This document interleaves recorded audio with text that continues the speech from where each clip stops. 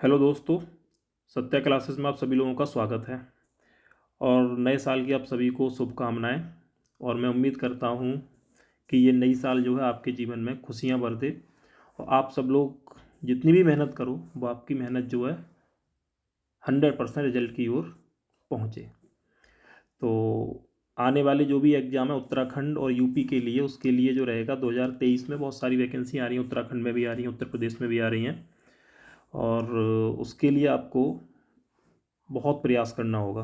तो उसी के लिए एक छोटा सा योगदान मेरा भी है कि जो भी करंट अफेयर के आपके एग्जाम में क्वेश्चन बनते हैं या स्टैटिक के जो भी क्वेश्चन बनते हैं, ठीक है, तो आप उसमें जो है ज़्यादा क्वेश्चनों को हल कर सकें। तो इसके लिए मैं आज से आपके लिए करंट अफेयर स्टैटिक के क्वेश्चन सीरीज शुरू कर रहा हूँ। ठीक है ना, डेली मैं आपको करंट के क्वेश्चन उपलब्ध कराऊंगा। और ज़रूरी नहीं है मैं आपके लिए करंट के क्वेश्चन 10 लाऊं, 20 लाऊं, 25 लाऊं। ठीक है ना, एक दिन में मुश्किल से जो आपके केवल इंपॉर्टेंट बनते हैं, सुपर इंपॉर्टेंट जो क्वेश्चन है, सुपर इंपॉर्टेंट, मुश्किल से एक दिन में 6 या 7 क्वेश्चन बनते हैं और कभी कभी तो 3-4 ही बनते हैं। तो केवल मैं आपके लिए सुपर इंपॉर्टेंट क्वेश्चन लाऊंगा और उन्हें आपको केवल पढ़ना है। इतना मैं आपको बता दे रहा हूँ कि ये क्वेश्चन जो है आपके एग्जाम में आएंगे। तो लास्ट तक वीडियो देखिए, आपको इससे कुछ ना कुछ लाभ जरूर होगा और कुछ ना कुछ बहुत कुछ लाभ होगा। ठीक है ना, तो शुरुआत करते हैं पहले क्वेश्चन से। पहला क्वेश्चन है, हाल ही में भारत ने किस देश के मंगला बंदरगाह को विकसित करने के लिए एक अनुबंध किया?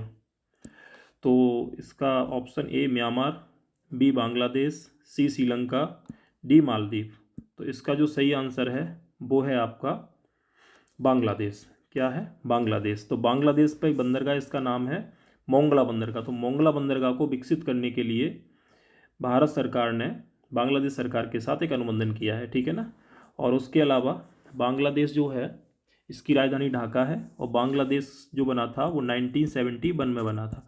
ठीक है, तो स्टैटिक के जो क्वेश्चन आते हैं वो भी आपके क्वेश्चन में उसमें एग्जाम में इंपॉर्टेंट होते हैं। ठीक है ना, तो बांग्लादेश की स्थापना 1971 में हुई थी। इससे पहले इसका नाम पूरी पाकिस्तान था। और बांग्लादेश और भारत ने हाल ही में 6 जो दिसंबर है, तो 6 दिसंबर को मैत्री दिवस मनाया। और भारत जो है इसने बांग्लादेश को 16 दिसंबर को मुक्त कराया था, क्योंकि बांग्लादेश में पाकिस्तान के साथ जो युद्ध हुआ था उसमें बांग्लादेश स्वतंत्र हुआ था। तो 16 अगस्त को भारतीय सेना ने जीत हासिल की थी। तो इसके उपलक्ष्य में हम 16 दिसंबर को विजय दिवस भी मनाते हैं। ठीक है, बांग्लादेश जो है इसके साथ भारत के लगभग कितने राज्य लगे हुए हैं? तो भारत के लगभग जो है 5 राज्य लगे हुए हैं। क्वेश्चन आता है कि बांग्लादेश के तो भारत के कितने राज्य लगे हुए हैं? 5 राज्य। ठीक है ना, और सबसे लंबी जो स्थलीय सीमा है वो किसके साथ है? वो भी आपकी बांग्लादेश के साथ है। और बांग्लादेश में गंगा नदी बहती है, उसे बोलते हैं पद्मा। और जो आपकी ब्रह्मपुत्र नदी है उसे बोला जाता है जमुना। एक तो यमुना है जो गंगा की सहायक नदी उत्तराखंड से निकलती है, और दूसरी है जमुना। जमुना जो है ये आपकी बांग्लादेश में बहती है, और इसे सॉरी ये बांग्लादेश में बहती है। और जमुना और पद्मा ये दोनों मिलके जो है वो बनाती है मेघना। तो इन दोनों की जो धाराएं मिल जाएंगी उसे क्या बोलेंगे? मेघना बोलेंगे। और ये मेघना नदी जो है इसे मणिपुर में बोला जाता है बराक नदी। क्या बोला जाता है? बराक नदी। तो ये भी ध्यान रखना। उसके अलावा अगर आपसे क्वेश्चन किया जाए कि ये बताओ कि बांग्लादेश और भारत के बीच में कितनी ट्रेनें चल रही हैं, तो बांग्लादेश और भारत के बीच में 3 ट्रेनें चल रही हैं। पहली जो है इसका नाम है बंधन, यानी बंधन एक्सप्रेस। दूसरी है इसका नाम है मैत्री एक्सप्रेस। और तीसरी है जिसका नाम है मिताली एक्सप्रेस। तो मिताली एक्सप्रेस जो है तीसरी आपकी ट्रेन है जो भारत और बांग्लादेश के बीच में चल रही है। और भारत और बांग्लादेश की सीमा पर जो सिक्योरिटी देता है वो देता है बीएसएफ। तो बीएसएफ जो है भारत और बांग्लादेश और भारत और पाकिस्तान की सीमा पर सुरक्षा प्रदान करती है। ठीक है ना, और बांग्लादेश की वर्तमान में जो प्रधानमंत्री उनका नाम क्या है? उनका नाम है शेख हसीना। क्या नाम है? शेख हसीना। और इन्हें जो है डायबिटीज के लिए ग्लोबल एम्बेसडर भी चुना गया है 2022 में। तो ये क्वेश्चन आप ध्यान रखना इनसे। और भी आपके क्वेश्चन पूछे जाते हैं कि बांग्लादेश और भारत के बीच में हाल ही में एक नदी का जो विवाद चल रहा था वो सुलझाया गया। इसका नाम, उस नदी का नाम क्या? तो उस नदी का नाम है कुशियार नदी। तो अगर पूछा जाए कि कुशियार नदी जो है ये भारत और बांग्लादेश के बीच में है और इन दोनों के बीच में एक आपसी समझौता हो गया और इस नदी के जल बंटवारे को लेकर विवाद जो था वो खत्म हो गया है। ठीक है ना, नेक्स्ट क्वेश्चन की ओर बढ़ते हैं। अगला क्वेश्चन है, हाल ही में भारत सरकार ने 2023 के लिए एक आधिकारिक कैलेंडर जारी किया। इसकी थीम क्या है? ए नया वर्ष नया संकल्प, बी नया अध्याय, सी नई सुबह नया वर्ष, या डी है नई उमंग। तो इसका सही आंसर हो जाएगा नया वर्ष नया संकल्प। तो ये भारत सरकार के द्वारा आधिकारिक रूप से कैलेंडर जारी किया गया था। ठीक है ना। भारतीय जो कैलेंडर है, सरकारी कैलेंडर, वो किस संवत पर आधारित है? वो होता है आपका शक संवत पर। किस संवत पर है? शक संवत पर। और शक संवत की शुरुआत हुई थी आपकी 78 ईस्वी में। किसने की थी? तो एक राजा था, इसका नाम था कनिष्क। तो कनिष्क जो था ये कुषाण वंश का शासक था और इसने 78 ईस्वी में शक संवत की शुरुआत की थी। और इसी संवत पर भारत का जो राष्ट्रीय पांचांग है वो आधारित है, जिसका जो पहला महीना है वो किससे शुरू होता है? वो होता है आपका चैत्र से। किससे शुरू होता है? चैत्र से। तो ये क्वेश्चन एग्जाम में आया हुआ, यूपी के ज़्यादातर एग्जाम में ये क्वेश्चन पूछा जाता है कि जो भारतीय जो पांचांग है उसका जो पहला महीना है वो किससे शुरू होता है? वो आपका शुरू होता है चैत्र से शुरू होता है, ठीक है ना। तो उसके अलावा आपसे संबंधित जो क्वेश्चन पूछे जाते हैं उसमें एक तो हो जाएगा 78 ईस्वी में कौन सा संवत शुरू हुआ था? शक संवत शुरू हुआ था। और उसके अलावा एक संवत और, इसका नाम है विक्रम संवत। ये 57 ईसा पूर्व में शुरू हुआ था। उसके अलावा एक 319 ईस्वी में गुप्त संवत की शुरुआत की थी चंद्रगुप्त प्रथम ने। तो ये तीनों क्वेश्चन आपके मोस्ट इंपॉर्टेंट जो एग्जाम में पूछे जाते हैं, ठीक है ना। कि शक संवत की शुरुआत कब हुई थी? 78 ईस्वी में। विक्रम संवत 57 ईसा पूर्व में। और 319 ईस्वी में शुरू हुआ था आपका कौन सा? गुप्त संवत, ठीक है ना। नेक्स्ट क्वेश्चन की ओर बढ़ते हैं। अगला क्वेश्चन है, किस राज्य ने यूकियांग नागवाहा की 160वीं पुण्यतिथि मनाई? तो इसका सही आंसर हो जाएगा आपका, इसमें है असम है, मेघालय, मणिपुर या नागालैंड। तो इसका सही आंसर है मेघालय। तो मेघालय में एक स्वतंत्रता सेनानी थे जिनकी हाल ही में पुण्यतिथि मनाई गई थी, ठीक है ना। और मेघालय राज्य जो है इसमें 3 जनजातियां रहती हैं। इसका नाम है गारो, ठीक है, एक का नाम है खासी और तीसरी का नाम है जैंतिया। तो ये 3 आपकी जनजातियां भी हैं और ये 3 पहाड़ियों के नाम भी हैं, ठीक है। जनजातियां भी और तीनों पहाड़ियों के नाम भी हैं। कहाँ पर है? मेघालय में। मेघालय में एक आपका नेशनल पार्क है, इसका नाम है नोकरेक, ये एक एग्जाम में बहुत आता है। एक नाम है बालफक्रम, बालफक्रम, बालफक्रम हो जाएगा। तो ये भी कहाँ पर है आपका? ये भी मेघालय में है, तो ये ध्यान रखना। उसके अलावा मेघालय में कुछ फेस्टिवल भी मनाए जाते हैं, जैसे आपका सबसे फेमस है बांग्ला। तो एग्जाम में पूछा भी गया है कि बांग्ला फेस्टिवल कहाँ मनाया जाता है? तो बांग्ला फेस्टिवल जो मेघालय मनाया जाता है। और मेघालय में एक आपका फेस्टिवल है, इसका नाम है चेरी ब्लॉसम। तो चेरी ब्लॉसम जो है ये फेस्टिवल भी आपका मेघालय में मनाया जाता है। उसके अलावा एक फेस्टिवल है नामक्रेम। तो नामक्रेम नाम का फेस्टिवल भी कहाँ मनाया जाता है? मेघालय में मनाया जाता है। और मेघालय जो है एक पठारी राज्य है और मेघालय में जो पठार है वो है आपका शिलोंग का पठार। तो अगर पूछा जाए पूर्वोत्तर भारत में कौन सा पठार पड़ता है तो शिलोंग का पठार है। और शिलोंग का पठार का एक हिस्सा है, इसका नाम है कार्बी एलोंग का पठार। यूपी टेट में क्वेश्चन पूछा गया, यूपी टेट में बता दूँ, ठीक है ना। तो ये कार्बी एलोंग का पठार जो है ये कहाँ पड़ता है? ये मेघालय में पड़ता है। और ये हिस्सा किसका? शिलोंग के पठार का। और यहाँ तक भी क्वेश्चन पूछा गया है कि शिलांग का पठार जो है ये किसका हिस्सा है? तो ये हो जाएगा आपका प्रायद्वीप का हिस्सा है, ठीक है। जो प्रायद्वीपीय पठार है, जो दक्षिण भारत में पठार है प्रायद्वीपीय पठार, उसका हिस्सा हो जाएगा आपका शिलांग का पठार। तो इतने पॉइंट आप इससे ध्यान रखना मेघालय से, ठीक है। नेक्स्ट क्वेश्चन की ओर बढ़ते हैं। अगला क्वेश्चन है, बाल गंगाधर तिलक इको पार्क खबरों में रहा, ये किस राज्य में है? तो ए गुजरात में, बी कर्नाटक में, सी मध्य प्रदेश में या डी बिहार में। तो इसका सही आंसर हो जाएगा आपका मध्य प्रदेश में। तो ये आपका मध्य प्रदेश में बनाया गया है हाल ही में, ठीक है ना। और मध्य प्रदेश जो है ये क्षेत्रफल की दृष्टि से भारत का दूसरा सबसे बड़ा राज्य है, ठीक है ना। पहला आपका राजस्थान है, ठीक है, दूसरा एमपी है, तीसरा आपका एमएच यानी महाराष्ट्र है और चौथा आपका यूपी है और पांचवा जो हो जाएगा वो आपका कर्नाटक हो जाएगा। और कर्नाटक दक्षिण भारत का सबसे बड़ा राज्य है क्षेत्रफल की दृष्टि से, ठीक है ना। मध्य प्रदेश में जो नेशनल पार्क हैं उनमें एक तो पड़ता है, इसका नाम है कूनो, कूनो नेशनल पार्क आपका एमपी में है। एक आपका Kanha Kisli national park MP में है। उसके अलावा आपका बांधवगढ़, ये भी आपका एमपी में पड़ेगा, ठीक है ना। उसके अलावा आपका क्या नाम है पेंच, पेंच एक महाराष्ट्र में भी है और एक आपका मध्य प्रदेश में भी, एक आपका पन्ना भी है। उसके अलावा यहाँ पर पंचमढ़ी भी है, ठीक है ना। एक उसके अलावा यहाँ पर फॉसिल, फॉसिल यानी जीवाश्म नेशनल पार्क भी है। कौन सा? फॉसिल या जीवाश्म नेशनल पार्क भी है। और मध्य प्रदेश में अभी फिलहाल में चीते लाए जा रहे हैं। तो भारत में चीता पाया नहीं जाता। चीता कहाँ से लाया जा रहा है? आपका नामीबिया से। कहाँ से लाया जा रहा है? नामीबिया। और नामीबिया एक अफ्रीका में देश है। तो नामीबिया से लाया जा रहा है। कहाँ रखा जाएगा? तो ये रखा जाएगा कूनो नेशनल पार्क में। कहाँ रखा जाएगा? कूनो नेशनल पार्क में। और मध्य प्रदेश में सबसे अधिक वन भी है। मध्य प्रदेश में सबसे अधिक जनजातियाँ भी रहती हैं। मध्य प्रदेश की सबसे बड़ी जनजाति है, इसका नाम है गोंड। और गोंड जो है ये भारत की भी सबसे बड़ी जनजाति समूह है, तो ये भी ध्यान रखना।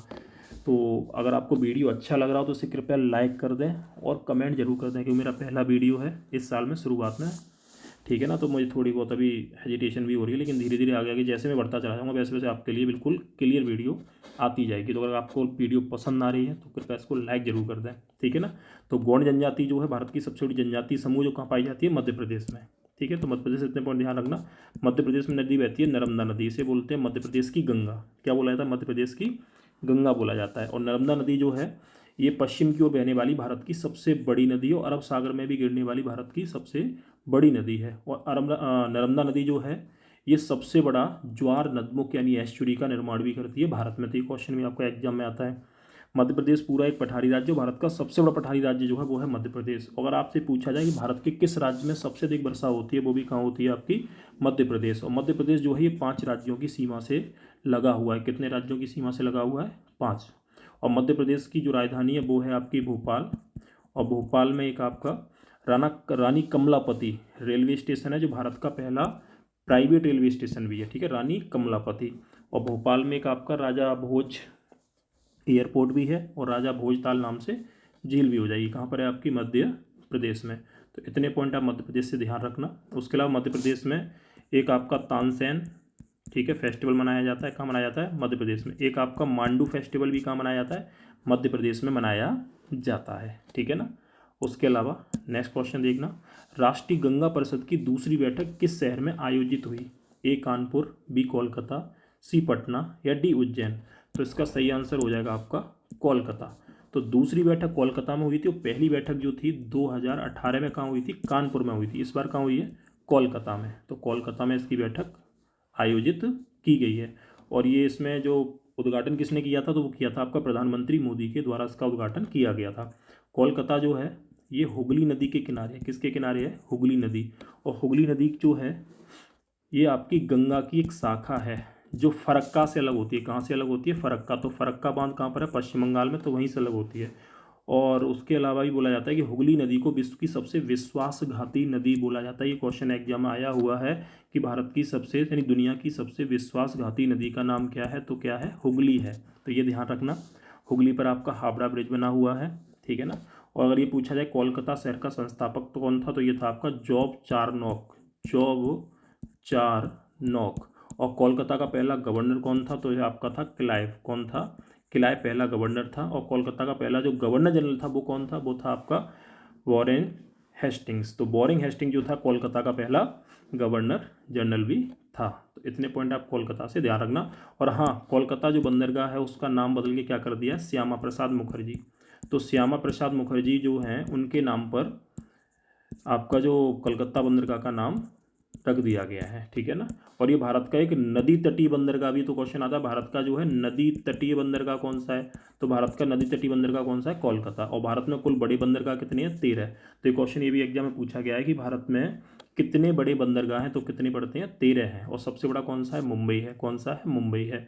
और सबसे बड़ा कृत्रिम पूछा जाए आर्टिफिशियल जो बंदरगाह हो जाएगा वो चेन्नई है। और सबसे गहरा जो हो जाएगा वो आपका विशाखापत्तनम आंध्र प्रदेश में है। ठीक है ना। अगले क्वेश्चन की ओर बढ़ते हैं। अगला क्वेश्चन है, पूर्वी भारत की पहली वंदे भारत ट्रेन कहाँ से कहाँ तक चली? तो ऑप्शन है हावड़ा से जलपाईगुड़ी, कोलकाता से सिलीगुड़ी, पुरी से कोलकाता या कोलकाता से सदिया। तो इसका सही आंसर हो जाएगा हावड़ा से जलपाईगुड़ी। तो ये पहली वंदे भारत ट्रेन चलाई गई थी। उसका जो उद्घाटन किया था वो प्रधानमंत्री मोदी के द्वारा किया गया था। अगर आपसे पूछा जाए कि पहली जो ट्रेन चली थी वंदे भारत कहाँ से कहाँ तक चली थी?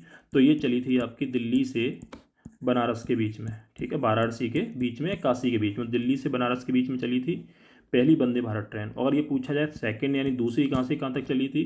तो दूसरी वंदे भारत जो ट्रेन चली थी वो आपकी ये चली थी दिल्ली से कटरा। कहाँ से चली थी? दिल्ली से कटरा के बीच में चली थी दूसरी वंदे भारत ट्रेन। ठीक है। और आपसे पूछा जाए कि वंदे भारत का नाम पहले क्या था? तो उसका नाम था ट्रेन 18। तो नाम क्या था पहले इसका? ट्रेन 18 नाम था। और लगभग आपकी 400 वंदे भारत ट्रेनें चलाई जाएंगी। ठीक है ना। तो ये भी भारत सरकार ने बोला है। उसके अलावा अगर आपसे क्वेश्चन ये पूछा जाता है कि वंदे भारत ट्रेन में जो डिब्बे लगाए जाते हैं, कोच लगाए जाते हैं, उन्हें क्या बोला जाता है? तो उन्हें बोला जाता है विस्टाडोम। तो ये क्वेश्चन भी एग्जाम आया हुआ है कि विस्टाडोम नाम के जो कोच हैं वो किस में लगाए जाते हैं? वंदे भारत ट्रेन में लगाए जाते हैं। और ये जिसके जो आपके कोच बनते हैं वो कहाँ बनते हैं? वो आपके चेन्नई में बनते हैं। कहाँ बनते हैं? चेन्नई में। और आपको ये पता ही होगा कि भारत की पहली ट्रेन जो चली थी वो 1853 में चली थी। कहाँ से कहाँ तक चली थी? मुंबई से ठाणे के बीच में। और दूसरी जो ट्रेन चली थी वो 1854 में चली थी, वो आपकी पश्चिम बंगाल में चलाई गई थी। ठीक है ना। भारतीय रेलवे का जनक किसे कहा जाता है आपका? वो कहा जाता है क्या नाम है उनका, जिन्होंने राज्य हड़प नीति शुरू की थी? तो लॉर्ड सॉरी चलो अभी ध्यान नहीं आ रहा, आगे देखते हैं। अगला क्वेश्चन देखते हैं। 7वां क्वेश्चन है, हाल ही में भारत के किस पड़ोसी देश में पहली मेट्रो ट्रेन शुरू हुई थी? तो अभी फ़िलहाल में जो है नेपाल, बी भूटान, सी बांग्लादेश या डी म्यांमार। तो इसका सही आंसर हो जाएगा किस में चली है? बांग्लादेश में। तो शेख हसीना ने ढाका में इसका उद्घाटन किया था। तो ये जो है बांग्लादेश की पहली मेट्रो ट्रेन भी है, ठीक है ना। तो मेट्रो ट्रेन भी, और पिछली जो क्वेश्चन था उसमें थोड़ा दिमाग इधर हो गया था। तो जो भारतीय रेलवे के जनक थे वो डलहौजी थे, और डलहौजी को तुम आधुनिक भारत का जनक भी कहा जाता है। तो क्वेश्चन आता है कि आधुनिक भारत का जनक किसे कहा जाता है? डलहौजी को। और डलहौजी जो थे ये राज्य हड़प नीति भी लेके आए थे, ठीक है ना। वह पहली भारतीय जो डाक टिकट थी वो भी डलहौजी के समय शुरू की गई थी। और डलहौजी एक बुक डिस्पैच भी लेके आए थे 1854 में, ठीक है, जो थे भारतीय शिक्षा का मैग्ना कार्टा कहा जाता है। तो ये क्वेश्चन भी कई बार एग्जाम आया है कि भारतीय शिक्षा का मैग्ना कार्टा किसे कहा जाता है? तो बुक डिस्पैच को कहा जाता है, जो 1854 में लाया गया था, ठीक है ना। तो उसके अलावा नेक्स्ट अगला क्वेश्चन है कि प्रहरी मोबाइल ऐप किस सुरक्षा बल के द्वारा लॉन्च किया गया? तो ए BSF, बी CRPF, सी SSB या डी ITBP। तो इसका सही आंसर हो जाएगा आपका BSF। क्या हो जाएगा? BSF। तो BSF के द्वारा इसे लॉन्च किया गया है। और BSF जो है ये बांग्लादेश और पाकिस्तान के बॉर्डर पर रखती है। CRPF जो है ये आंतरिक फोर्स है, जो आपका जैसे दंगे वगैरह, नक्सल वगैरह जो इन क्षेत्रों में लगाई जाती है। उसके अलावा SSB जो है ये नेपाल बॉर्डर पर कार्य करती है। तो ITBP जो है भारत तिब्बत सीमा पर काम करती है, यानी भारत और तिब्बत यानी भारत और चीन सीमा पर। और एक है आपकी, इसका नाम है असम राइफल। तो असम राइफल जो है ये म्यांमार की सीमा पर कार्य करती है। कहाँ करती है? म्यांमार की सीमा पर। और म्यांमार का प्राचीन नाम क्या है? बर्मा है, ठीक है ना। म्यांमार का प्राचीन नाम क्या है? बर्मा है। और म्यांमार में एक आपका गोल्डन पैगोडा है। क्या नाम है? Golden pagoda. तो क्वेश्चन ये आता है कि गोल्डन पैगोडा जो है, पैगोडा ये कहाँ पड़ता है? तो ये पड़ता है आपका उसमें म्यांमार में है, ठीक है। और एक आपका है ब्लैक पैगोडा। तो ब्लैक पैगोडा जो है ये सूर्य मंदिर है, जो कोणार्क में उड़ीसा में है। एक है आपका वाइट पैगोडा। कौन सा पैगोडा? White pagoda. और वाइट पैगोडा जो है ये जगन्नाथपुरी का जो मंदिर है, तो उसे हम बोलते हैं वाइट पैगोडा। एक है आपका, इसे बोलते हैं 7 पैगोडा, यानी 7 पैगोडा। तो 7 पैगोडा जो है ये किसे कहा जाता है? तो ये आपका महाबलीपुरम के जो रथ मंदिर हैं उन्हें बुलाया जाता है 7 पैगोडा। तो ध्यान रखना, एक तो आपका ब्लैक पैगोडा उड़ीसा में कोणार्क का सूर्य मंदिर हो गया, एक वाइट पैगोडा जो है जगन्नाथपुरी मंदिर हो गया, 7 पैगोडा तमिलनाडु में महाबलीपुरम के रथ मंदिर हैं, और गोल्डन पैगोडा जो है म्यांमार में आपका एक बौद्ध मंदिर है। उसके अलावा भारत में पूछे जाए कि सूर्य मंदिर कौन कौन से हैं, तो एक तो आपका कोणार्क का हो जाएगा जो सूर्य मंदिर है, जो उड़ीसा में है। एक आपका मोढेरा का सूर्य मंदिर है, और मोढेरा का जो सूर्य मंदिर है ये गुजरात में है। उसके अलावा एक है कतरमल, ठीक है, कतरमल का सूर्य मंदिर जो है ये उत्तराखंड में स्थित है। और चौथा सूर्य मंदिर जो है ये है मार्तंड सूर्य मंदिर, और मार्तंड सूर्य मंदिर जो है ये जम्मू कश्मीर। तो 4 सूर्य मंदिर से संबंधित एग्जाम में क्वेश्चन पूछे जाते हैं। तो यहीं पे मैं अपनी वीडियो को विराम देता हूँ। और अगर वीडियो आपको अच्छी लगी है तो लाइक कर देना, और जो नए लोग हैं वो चैनल को सब्सक्राइब कर देना। उसके अलावा अगर आपको वीडियो अच्छी लगी है तो कमेंट जरूर कर देना, ताकि मैं आगे जो है कंटिन्यू वीडियो को जारी रख सकूँ। ओके, धन्यवाद।